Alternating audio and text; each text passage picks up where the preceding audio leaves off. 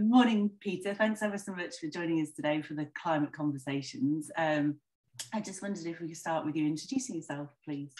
Okay, hi Julia. So I'm Peter Wells. I'm Professor of Public Policy Analysis. I'm at Sheffield Hallam University, and I have a number of roles, but one of them is I sit on the university's Climate Action Steering Group. Thank you. So it would be great if you could start today by telling us a little bit about what you're working on in relation to climate change right now. So there are a number of things related to climate change at the university, but Polly is going to talk about the work of the Climate Action Steering Group and where we've got to at the moment.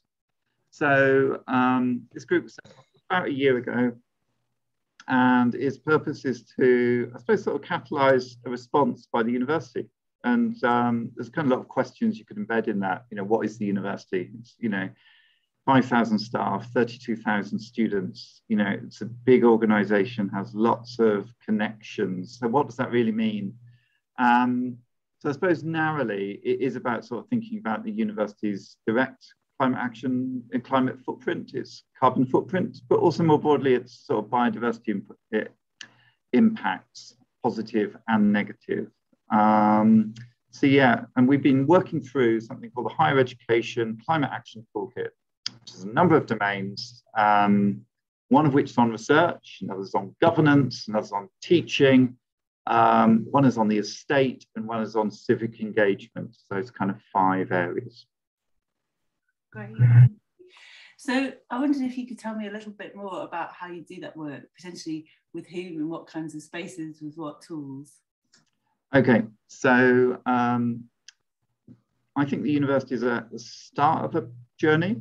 And so we convened a roundtable about 9 months ago, which was chaired by a Deputy Vice Chancellor at the university. And it brought in lots of different stakeholder perspectives. Who were they? They were academics who were working on behavioural science, behavioural change. It was experts on energy. There were representation from the Students' Union, and particularly students who are passionate about climate action.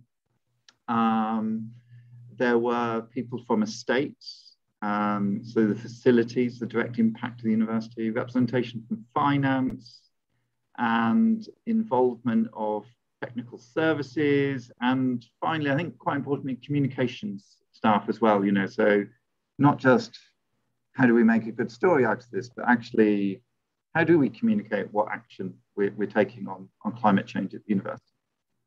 Great, thank you. And this final question is quite a large question. So really what we're looking for is just lots of different voices to contribute their perspective from what they're doing right now. But what would you consider to be the most important issue in relation to climate change for Sheffield right now? Okay, well, where do we start? So it's really interesting, I suppose, how public bodies, private bodies, the third sector citizens are responding to climate change. And at one level, it's kind of this big existential threat. No one quite knows what implications it'll have. We have a taste of it in Sheffield with the floods and the experience of the floods, particularly the 2007 floods, which affected lots of people in the city. And I think there's also some fear. So is it my problem as an individual? Is it a kind of structural issue? What can I do? So there's a kind of risk of feeling quite alienated from what climate action might mean. Can I change the world from my living room, or on this Zoom call? So I think there is something about an honest discussion and a debate across the city. There's been lots of work on sort of citizens forums about discussing the issues as part of renewing governance, renewing citizenship, and sort of recasting that, not sort of thinking the solutions have necessarily existed in the past, but there is just something about creating those sort of discursive spaces, those spaces for dialogue and discussion. And the richness of that is you don't quite know where those are going to lead us. That's a bit risky. So we don't quite know where they'll go.